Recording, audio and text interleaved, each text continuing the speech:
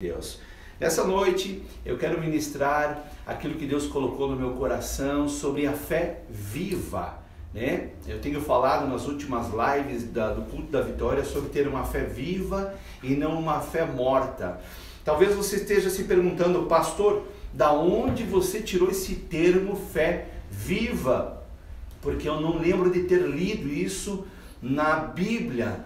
Eu vou mostrar para você então, se você tem aí sua Bíblia, pega ela aí, na carta de Tiago, capítulo de número 2, e o versículo, vou começar a ler do versículo número 14. Tiago capítulo 2, o versículo 14, você vai entender por que da expressão fé viva. Diz assim a carta de Tiago, lá no Novo Testamento, capítulo 2, versículo 14. Meus irmãos, que aproveita se alguém disser que tem fé e não tiver obras? Uma pergunta. Poderá, porventura, a fé poderá salvá-lo?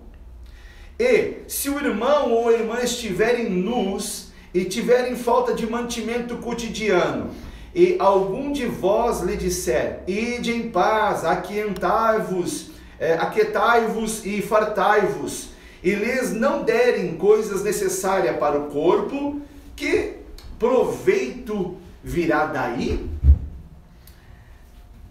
Assim também a fé, se não tiver as obras, é morta em si mesma.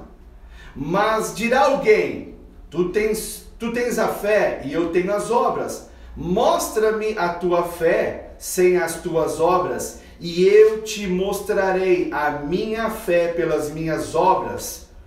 Tu crês que há um só Deus? Uma pergunta. Todos, obviamente, na grande maioria, respondem sim, nós cremos que há um só Deus. Fazes bem, diz a resposta de Tiago, fazes bem. Também os demônios creem e estremecem. Mas, ó homem vão, queres tu saber que a fé sem obras é morta?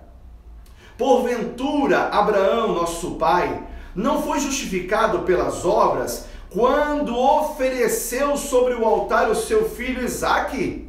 Bem vês que a fé cooperou com as suas obras e que, pelas obras, a fé foi aperfeiçoada.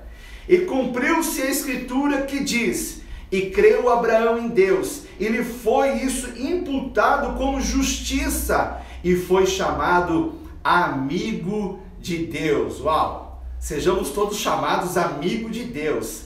Vede, então, que o homem é justificado pelas obras e não somente pela fé. E de igual modo, Raabe, a meretriz, não foi também justificada pelas obras quando recolheu os emissários e os despediu por outro caminho? E aí conclui esse capítulo dizendo assim, porque assim como o corpo sem espírito é morto, assim também a fé sem obras é morta.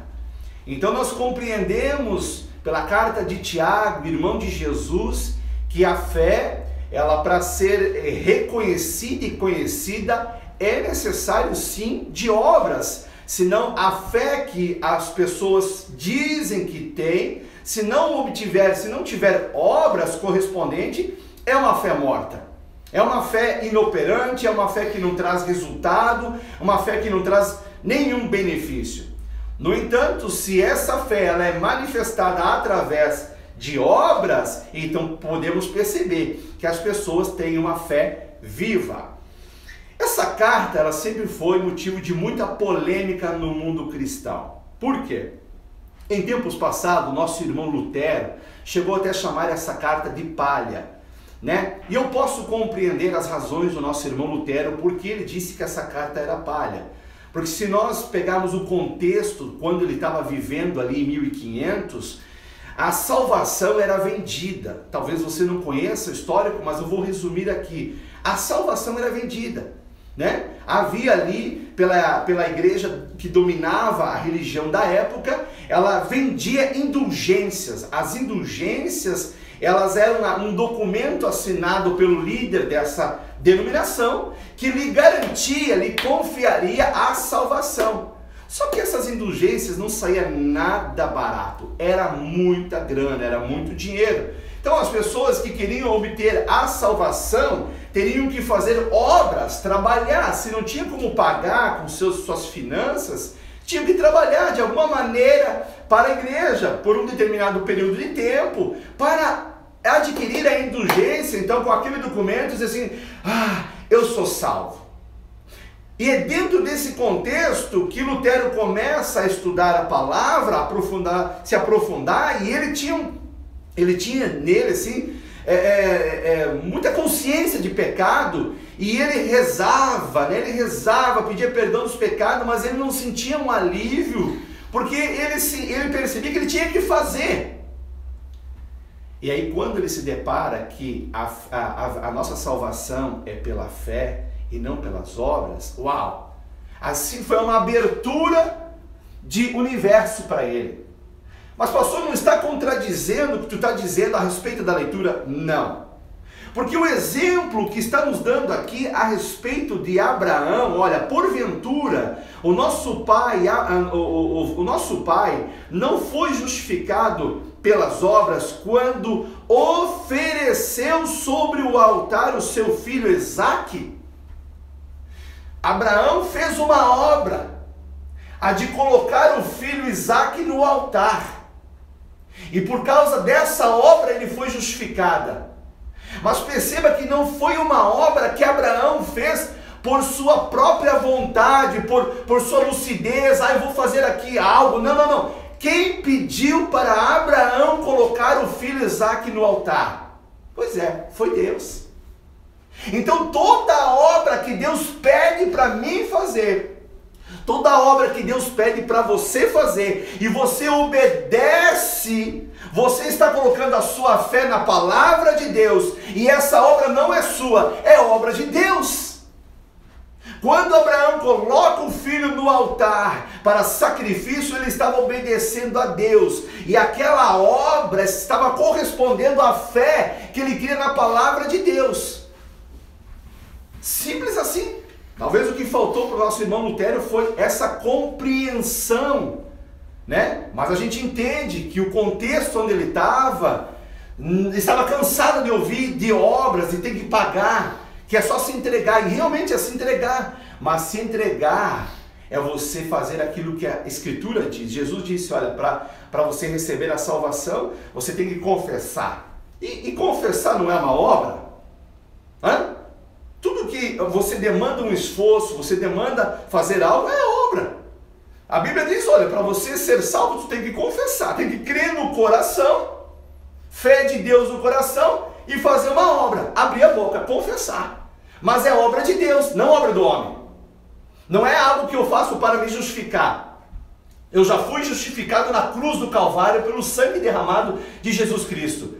E eu aceito esse sacrifício. E a obra que eu tenho que fazer é a obra que Jesus pediu, arrependei-vos. O que é o ato de arrepender? Não é uma obra? Mas não é uma obra que é feita, começa no homem, começa a partir de Deus. Deus diz arrependei-vos. Senhor, eu me arrependo, e eu vou e faço, e eu sou justificado. Por isso que Tiago vem e diz, olha, somos justificados pela obra e não só pela fé. Teve um outro homem do passado, chamado Calvino, que ele até foi um pouco mais ousado. Ele queria retirar as cartas de Tiago, né? A carta de Tiago ele queria que fosse excluída da Bíblia, e até a carta de Apocalipse, porque ele dizia que era de difícil compreensão. Porque infelizmente ele queria que as doutrinas que ele estava ensinando fossem ajustadas com a Bíblia, e é o contrário, né? A Bíblia que dá a direção de toda a doutrina que nós devemos fazer, praticar. Então, mas ele foi infeliz nas colocações dele nesse ponto, por falta de compreensão. Hoje, como a palavra de Deus, nós vamos conhecendo ela progressivamente, ela vai se abrindo, vai vindo a iluminação de Deus, mediante os homens de fé do passado, que tiveram sim suas contribuições. Não estou aqui falando que esses nomes que eu nomeei aqui estavam totalmente equivocados, não. Não, eles deram as suas contribuições e graças a contribuições que eles deram, hoje nós estamos num patamar de entendimento e esclarecimento melhor. Mas aqui sempre há uma ressalva para que nós não venhamos cair no mesmo engano que eles. A fé viva precisa ter obras, precisa de ação. A fé viva, ela não é passiva, ela não é parada, ela não é uma fé acomodada. Mesmo quando Deus pede para a gente descansar, e eu descanso no Senhor, isso é uma fé viva. Agora, deixe-me ler aqui para você uma passagem que mostra com clareza como nós devemos manifestar essa fé viva, presente, para que a gente possa obter as promessas de Deus. Eu vou contar aqui para você uma história que está lá no Velho Testamento, né, que é os 12 espias, né? Bom, começando um pouquinho mais atrás lá. Moisés, ele vai até, Moisés é chamado por Deus, vai até o Egito, nós sabemos as 10 pragas ali, né? Há um momento pascual, onde eles sacrificam o cordeiro, passam sangue nos umbrais das portas, comem ali da carne do cordeiro assada, tudo isso é fé. Tudo isso é fé, eles obedeceram, tá vendo? Deus deu uma direção a Moisés, Moisés, manda que o povo lá pegue um cordeiro lá, né? De um ano, limpo, perfeito, sacrifica ele, pega esse sangue ali, passa nos umbrais das portas, né? E aí pega essa carne, vai para dentro, faz um churrasquinho dela, assa ela, e aí come com a família, e aí o anjo da morte vai passar por ali. Então, Moisés orienta o povo de Deus a fazer uma obra. E essa obra que o povo de Deus faz em obediência à palavra de Deus, então toda obra que a gente faz pautada na palavra de Deus, nós somos justificados, porque quem deu a ordem foi Deus. O que aconteceu? Nós sabemos, todas as famílias que obedeceram, colocaram o sangue do cordeiro nos umbrais das portas e participaram da ceia ali, nenhuma delas perderam um ente querido, o primogênito, porque o anjo da morte passou pelo Egito, e aonde ele viu que tinha sangue na porta do cordeiro, ele passou na frente, foi embora. Aonde não tinha, ele entrou. Os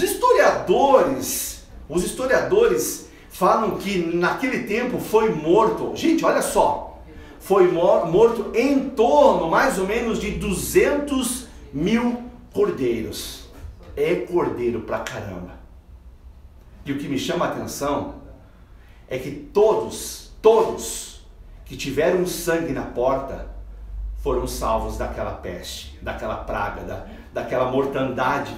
Bom, aí o pessoal, depois desse momento pascual, Moisés chama o povo, está na hora de nós sair, vamos embora, né? Contextualizando um pouco o período que nós estamos vivendo nesse tempo, né? Nós estamos vivendo essa quarentena aí, para que a gente esteja protegido, mas há um momento que nós vamos ter que sair, há um momento que nós vamos ter que ir para fora, e encarar os desafios, e nós temos que sair assim como o povo de Deus saiu, em fé, sem medo, sabendo que o Senhor é conosco.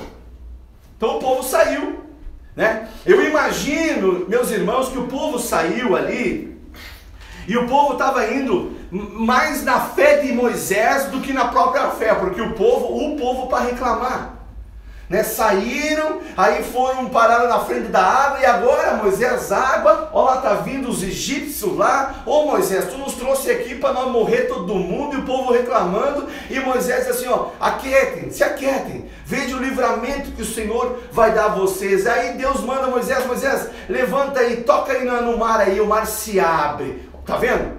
Deus dá uma ordem a Moisés, pega esse cajado que está na tua mão aí, essa vara, levanta ela e toca na água. Perceba, Deus manda Moisés fazer uma obra para manifestar uma fé em Deus. Ele obedece exatamente como Deus diz para fazer. Ele toca na água, e quando ele toca na água, é o sinal ele foi obediente totalmente, então eu vou fazer a obra totalmente. Ele abre o mar, o povo passa pés secos, chega do outro lado. Deus manda Moisés tocar no mar, Moisés obedece e toca no mar, outra obra de fé. E aí o mar fecha e engole os egípcios que estavam tentando pegar o povo de Deus. Aí prossegue a caminhada, né? A gente sabe, o povo entra no deserto, daqui a pouco o povo reclama que não tinha pão, né? Murmuram, não tem pão, Moisés. Aí Deus manda o maná do céu, agora tem pão, mas não tem carne, não sei o que, manda cordonizes, né? Não tem água, Moisés toca na rocha. Olha, se Abraão é o pai da fé, eu penso que Moisés é o pai da paciência, porque tinha que ter paciência com esse povo. Meu Jesus, tinha que ter muita paciência com esse povo. Debaixo de muita murmuração. Ainda assim, Deus, pela sua longanimidade, benevolência, né? E paciência, vai conduzindo esse povo. Aí chega no momento em que Deus fala com Moisés: olha, separa aí homens para espiar a terra. E eu vou ler para você o versículo que diz isso, é Números, capítulo de número 13. Essa história está em Números 13 e 14. Depois você pode ler toda ela, que vai trazer edificação sobre a sua vida. Mas eu vou ler só os 3 primeiros versículos para dar base aqui a essa pregação, esse ensinamento. E falou o Senhor a Moisés, dizendo: envia homens que espiem a terra de Canaã, que eu hei de dar aos filhos de Israel. De cada tribo dos seus pais enviareis um homem, sendo cada qual maioral entre eles. Versículo 3. E enviou-os Moisés do deserto de Parã, segundo o dito do Senhor. Todos aqueles homens eram cabeças dos filhos de Israel. Amados, nesses 3 primeiros versículos está a chave da vitória. Sim, nesses 3 primeiros versículos tem toda a chave da vitória para entrar na terra prometida. Aqui foram separados por Moisés 12 espias, 12 homens que eram a liderança de cada tribo de Israel. E para cada versículo, o primeiro versículo Deus dá uma ordem. No segundo versículo Deus faz uma promessa. E no terceiro versículo eles pedem obediência. Deus pede a obediência e Moisés obedece. Agora perceba que a orientação que Deus dá, ele leva a Moisés a detalhar como eles deveriam espiar a terra. Perceba comigo os detalhes. Lá no versículo agora de número 17 do capítulo 13, diz assim, ó: enviou-os, pois, Moisés a espiar a terra de Canaã e disse-lhes, preste atenção no que Moisés disse: subi por aqui para a banda do sul e subi a montanha, vede que terra é, e o povo que nela habita, se é forte, se é fraco, se pouco ou se muito, e qual é a terra em que habita, se é boa ou é má, e quais são as cidades em que habita, os arraiais, se em fortalezas, também qual é a terra, se ela é grossa, se ela é fina, se ela é magra, se nela há árvores ou não há árvores. Esforçai-vos e tomai do fruto da terra. E eram aqueles dias das primícias das uvas. É muito significativo esse ponto aqui. E aqui eu quero trazer algumas particularidades que nós podemos contextualizar para o tempo de hoje. Primeiro, nós vamos sair dessa quarentena. Em nome de Jesus, logo, logo. Se você já está saindo, glória a Deus. Mas quando nós sair dessa quarentena, nós vamos espiar a terra. E a terra vai estar diferente, ela já está diferente. E para que a gente obtenha vitórias nos dias subsequentes a esse das quais nós estamos vivendo, a este do qual você está me vendo e me ouvindo, para obtermos as vitórias, nós vamos ter que observar a terra, analisar a terra, nos posicionar como que nós vamos dar a volta em meio ao caos.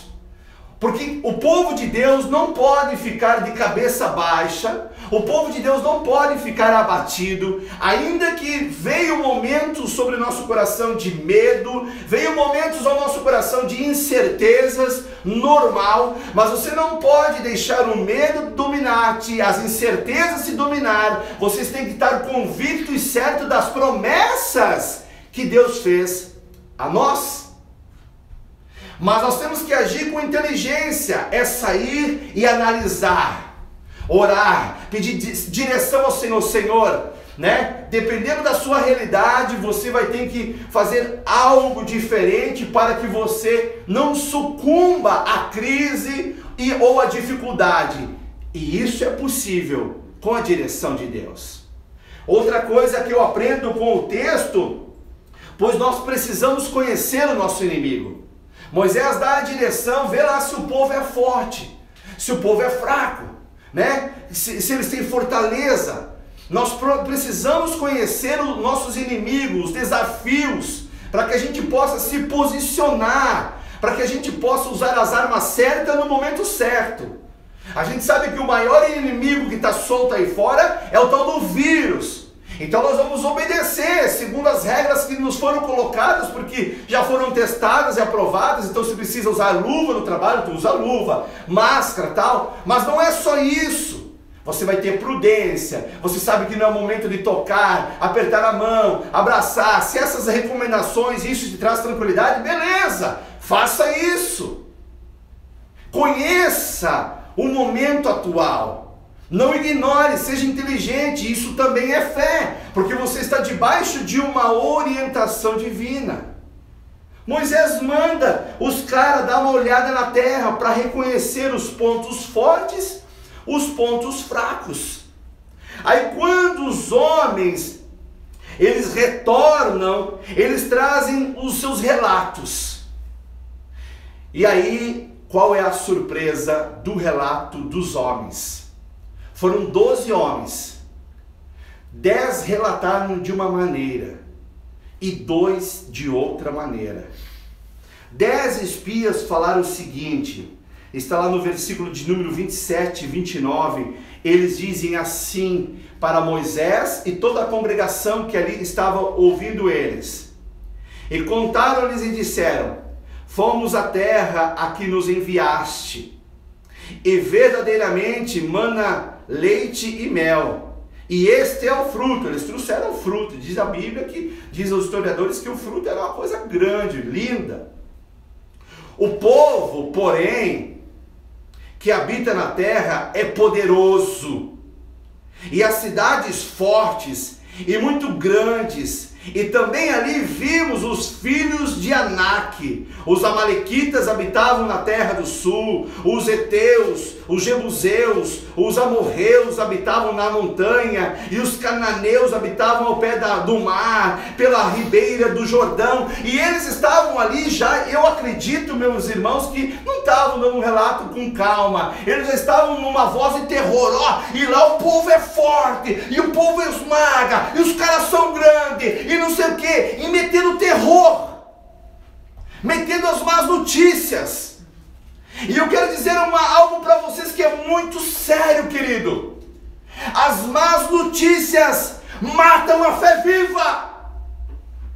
A fé viva, ela se mantém viva por algo que é vivo, e nada mais é vivo do que a palavra de Deus. Ela é viva e eficaz.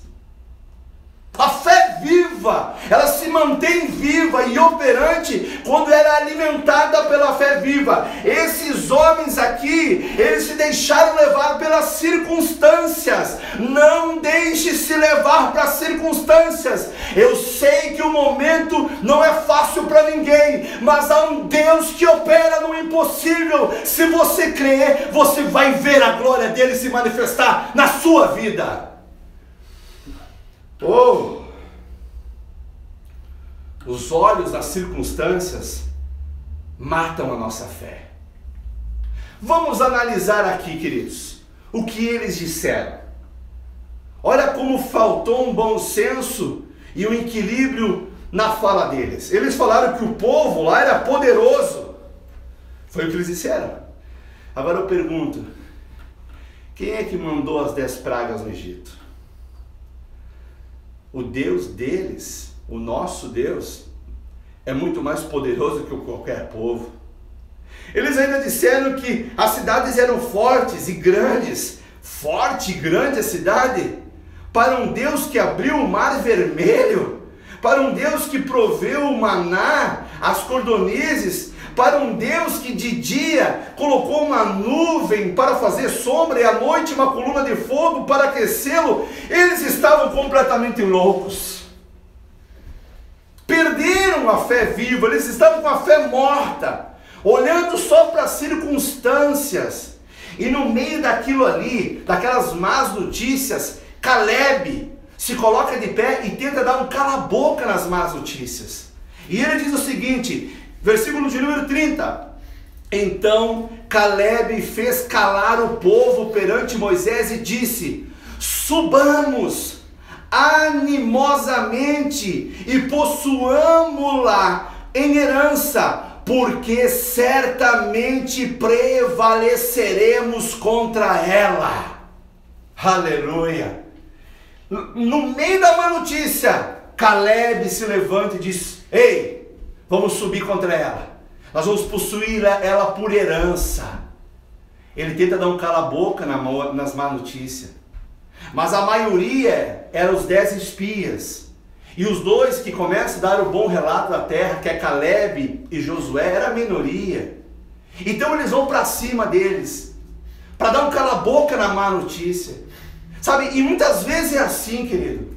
Você trabalha, vai afinco, trazendo boas notícias, mas a má notícia quer te dar um cala-boca. Mas aqui é um povo da fé. Eu creio que aí, onde você está me assistindo, você é um povo da fé. Não deixe as más notícias calarem a sua boca. Seja a boca de Deus na sua casa. Seja a boca de Deus no seu trabalho. Diga aí: a minha empresa não vai falir. Eu não vou perder meu trabalho. É o Senhor que me guarda. O Senhor é minha fortaleza. O Senhor é poderoso para fazer infinitamente mais de tudo aquilo que você ora, de tudo aquilo que você pensa, segundo o poder dele que opera em você. Aleluia, aleluia, aleluia. Aí Caleb tenta dar um cala-boca, eles dão um cala-boca em Caleb de novo. E olha o que eles dizem no final do versículo de número 33. Eles dizem assim, ó, os 10 espias: e éramos aos nossos olhos como gafanhotos, e assim também éramos aos seus olhos. Os 10 espias, tudo que eles enxergavam agora era derrota. Era derrota. Aí eles começaram a inflamar o povo contra Moisés, contra Arão, contra a família de Moisés, dizendo: Moisés, tu trouxe nós aqui para morrer no deserto, e nós vamos morrer no deserto. Pelo menos no Egito nós tínhamos onde dormir, nós tínhamos lá nossa casa, nós tínhamos nosso trabalho, e agora nós vamos morrer aqui. A Bíblia diz que eles inflamaram tanto o povo, que o povo estava já pegando em pedra para jogar no Moisés, para jogar no Arão. Sabe, querido, quando nós somos portadores de boas novas, sabe, não há surpresa nenhuma se pegarem pedra para nos jogar. E nós não podemos ter medo se vão nos jogar pedra, porque quem nos justifica é o Senhor. Quem te justifica é o Senhor. E aí no momento aonde Moisés e Arão deram uma desanimada, a Bíblia diz que eles baixaram o rosto perante eles do ajuntamento, eles se curvaram. Aí se levantou os homens de fé, Josué e Caleb se levantam e eles dizem o seguinte, lá no versículo de número 6 do capítulo 14 agora: e Josué, filho de Num, e Caleb, filho de Jefoné, dos que espiaram a terra, rasgaram as suas vestes e falaram a toda a congregação dos filhos de Israel, dizendo: a terra pelo qual passamos a espiar é terra muito boa. Se o Senhor se agradar de nós, ó, detalhe, se o Senhor se agradar de nós. Deixa eu fazer uma pergunta aí para você. O que é que agrada a Deus? Não, você não vai responder, pastor Julinho, ele levantou o dedo aqui, ele não vai responder não. Responde aí, onde você está nos assistindo.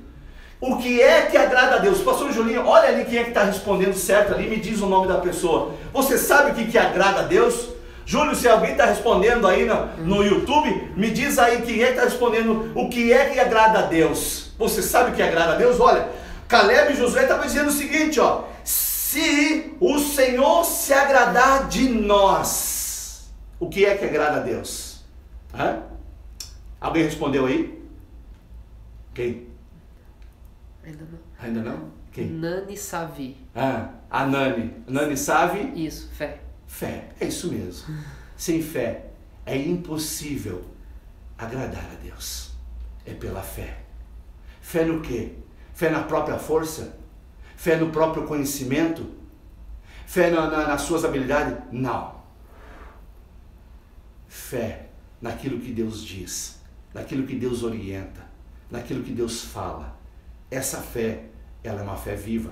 Ele está dizendo aqui, Josué e Caleb, se o Senhor se agradar de nós, então nos porá nessa terra e nos dará, terra que mana leite e mel. Tão somente não sejais rebeldes contra o Senhor, e não temais o povo desta terra, porquanto são eles o nosso pão. Retirou-se deles o seu amparo, e o Senhor é conosco, não temais, aleluia. Perceba que fé viva que Caleb e Josué demonstram agora para a congregação que já estava doida, estava louca para matar Moisés e Arão. Agora eles vêm com ímpeto, ele diz assim, não façam isso. Nós estamos dizendo aqui, se o Senhor se agradar de nós. E nós sabemos que para agradar a Deus é a fé. Mas há uma chave aqui que manteve Caleb e Josué de pé contra os 10 que sucumbiram à dúvida, sucumbiram ao desespero, sucumbiram ao medo. Caleb e Josué não deixaram o medo permanecer. É óbvio que Caleb e Josué viram que o povo era grande, viram as fortalezas, mas aquilo que estava dentro deles era maior do que aquilo que estava lá fora. Aleluia! Aleluia! Se a sua fé for em Deus, não há nada externo que seja mais grande que o Deus que fez todo o céu, toda a terra, todo o universo. A chave está lá no versículo número 2 do capítulo 13, quando Moisés disse, ó, que Deus disse, a terra de Canaã, que hei de dar aos filhos de Israel. Deus havia falado que ia dar. Meu Deus, se Deus falou que ia dar, Ele vai dar. Como que Ele vai dar? Eu não sei, mas se Ele disse que vai dar, vamos nos manter em fé, vamos fazer, vamos lá, vamos continuar, vamos para a batalha. Se é através da batalha, nós vamos para a batalha. Se Deus ordenar nós pegar nas espadas, nós vamos pegar nas espadas. Se Deus mandar nós orar, nós vamos orar. Se Deus mandar nós cantar, louvar, como foi lá em Josafá, vamos orar, vamos cantar, vamos adorar, e o Senhor vai fazer. Eles tinham essa fé, se o Senhor se agradar de nós. Outro detalhe que eles falam, não sejam rebeldes contra o Senhor. Não se rebelem contra o Senhor. O povo murmurava contra Deus, reclamava contra Deus, pois Moisés estava ali. Moisés foi usado por Deus para libertá-los lá do Egito, e agora eles reclamavam contra Moisés, com todas as maravilhas que eles viam, eles estavam sendo rebeldes ao Senhor. Outra coisa, ele disse assim, não tenham medo do inimigo. Querido, não é para ter medo do inimigo. Maior é aquele que está em você do que aquele que está no mundo. Deus prometeu que Ele não vai te deixar, jamais vai te desamparar. Fica firme nesta fé e você vai obter a sua promessa, as promessas, as vitórias. Ainda que nós estamos passando por um tempo de aflição, é verdade. Jesus disse, olha, pelo mundo vai passar por aflição, mas é passar, não é permanecer em aflição. Esse tempo de aflição vai passar, mas que esse tempo de aflição a gente possa viver uma fé viva. Quando a aflição terminar, nós vamos estar de pé diante do Filho do Homem, estaremos seguros, vamos permanecer, como diz a Bíblia, inabaláveis. E sabe por que ele disse que não é para temer o inimigo? Ele diz ali, o inimigo não tem mais amparo, o inimigo não tem mais segurança, o Senhor é conosco, o Senhor é com você, Deus é com você. Então você faça como Caleb e Josué, levante-se na sua residência, levante-se na sua empresa e declare, peste alguma vai entrar nesse lugar, a minha família não será afetada por essa peste, a minha família não vai ser afetada pela crise financeira. O Senhor vai abrir portas, o Senhor vai me dar sabedoria, o Senhor vai me dar graça. Algo eu vou fazer dirigido pelos céus para que eu possa vencer os dias maus. Queridos, o Senhor é conosco. Ele é o nosso amparo, Ele é a nossa proteção, Ele é o nosso socorro. Qual que foi o resultado final dessa história? A Bíblia diz que os 10 espias que murmuravam, reclamavam, e todos aqueles que reclamaram, dos 20 anos para cima, eles foram sentenciados a morrerem no deserto. Por causa da murmuração, da incredulidade, a Bíblia diz que esses que murmuravam dos 20 anos para cima, não entraram na terra prometida. Caleb e Josué entraram na terra prometida, e todos aqueles, mesmo de 20 anos para cima, mas que não murmuraram, mas que ficaram firmes na fé de Caleb, de Josué, que estiveram conectados em fé com eles, eles também entraram na terra prometida. Pois é o que diz o versículo de número 29. Agora, o povo se rebelou uma hora, de novo, contra Moisés, e no momento que Caleb e Josué falaram isso, eles se aprontaram para pegar, para matar Moisés e Arão. A Bíblia diz que a glória de Deus se manifestou no lugar. Aí quando a glória de Deus se manifestou no lugar, eles recuaram. E aí Deus fala com Moisés, Moisés, até quando eu vou aguentar esse povo, Moisés? Deus ficou saturado com o povo, querido. Deus ficou desagradado com o povo. E ele propõe assim, Moisés, eu vou destruir essa turma e vamos começar contigo. E aí Moisés, ele entra na intercessão. E quando Moisés ora pelo povo, olha o que Moisés ora pelo povo. Ele intercede com a própria palavra de Deus. Ele diz lá no versículo 18, números 14 e 18, ele diz assim, o Senhor é longânimo. Aqui é números 14 e 18, mas essa palavra já estava escrita em Êxodo 20, do 5 ao 6, e do 34 até no 34, do 6 ao 7, ele diz assim na oração, o Senhor é longânimo e grande em benevolência, que perdoa a iniquidade e a transgressão, que o culpado não tem por inocente à vista a iniquidade, e que visita a iniquidade dos pais sobre os filhos até a 3ª e 4ª geração. Perdoa, pois, a iniquidade deste povo, segundo a grandeza da tua benignidade, e como também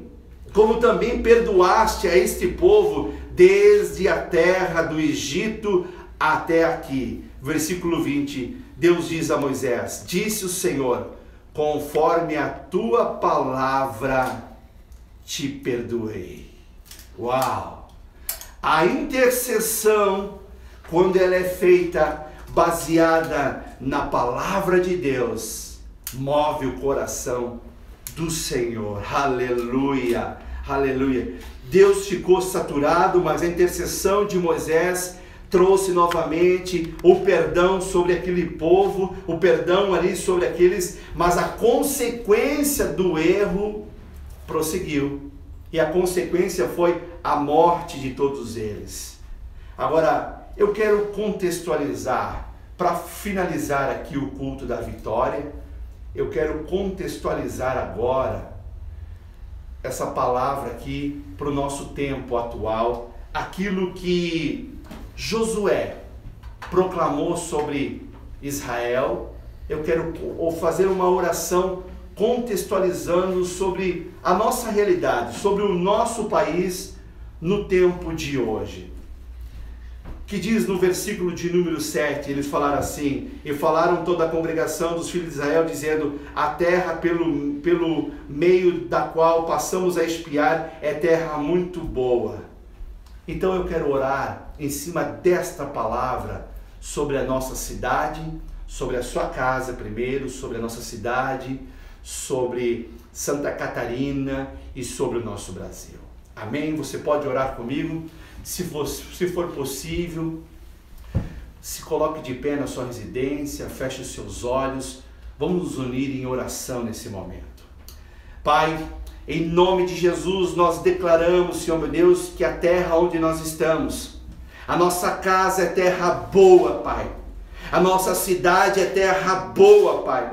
O nosso estado é uma terra boa, Pai. O nosso Brasil é uma terra boníssima, muito boa, Pai. É uma terra que emana leite e mel, Senhor meu Deus. Agora, pois, Pai amado, a nossa oração é para que o Senhor se agrade de nós, meu Deus.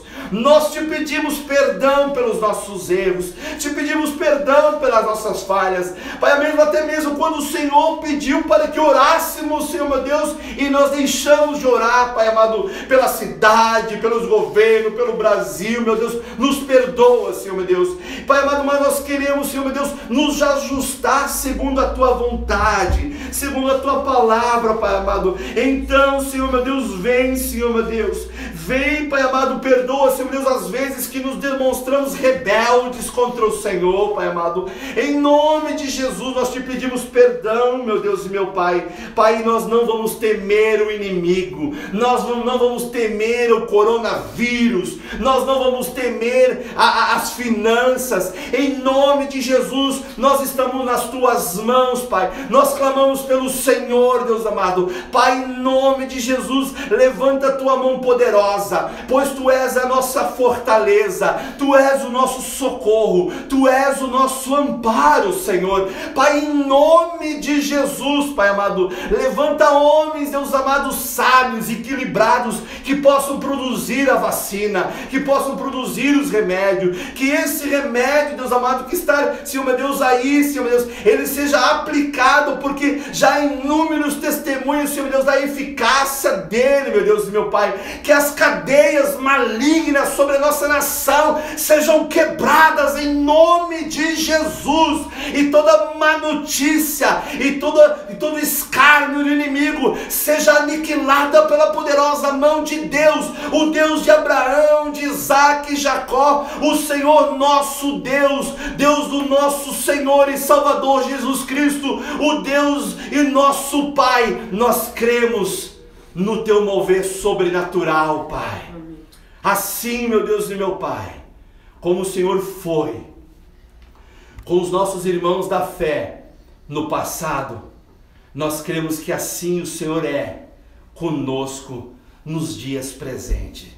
Por isso, Pai, o nosso coração descansa sobre essa verdade que é imutável. O Senhor é conosco, não precisaremos temer mal algum. Se o Senhor é por nós, quem será contra nós? Agindo Deus, quem impedirá?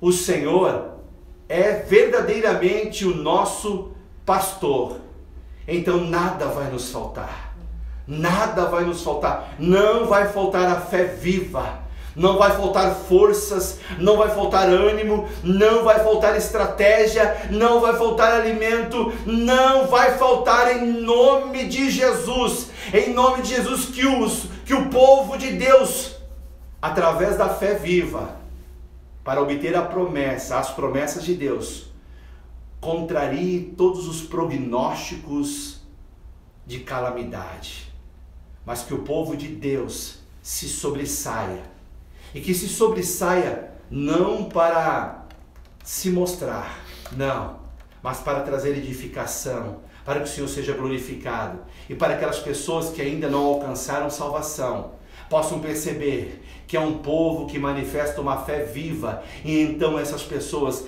venham encontrar salvação, como um dia o Senhor nos agraciou com ela, Pai. Assim nós oramos e já te agradecemos, em nome de Jesus. Amém. Amém.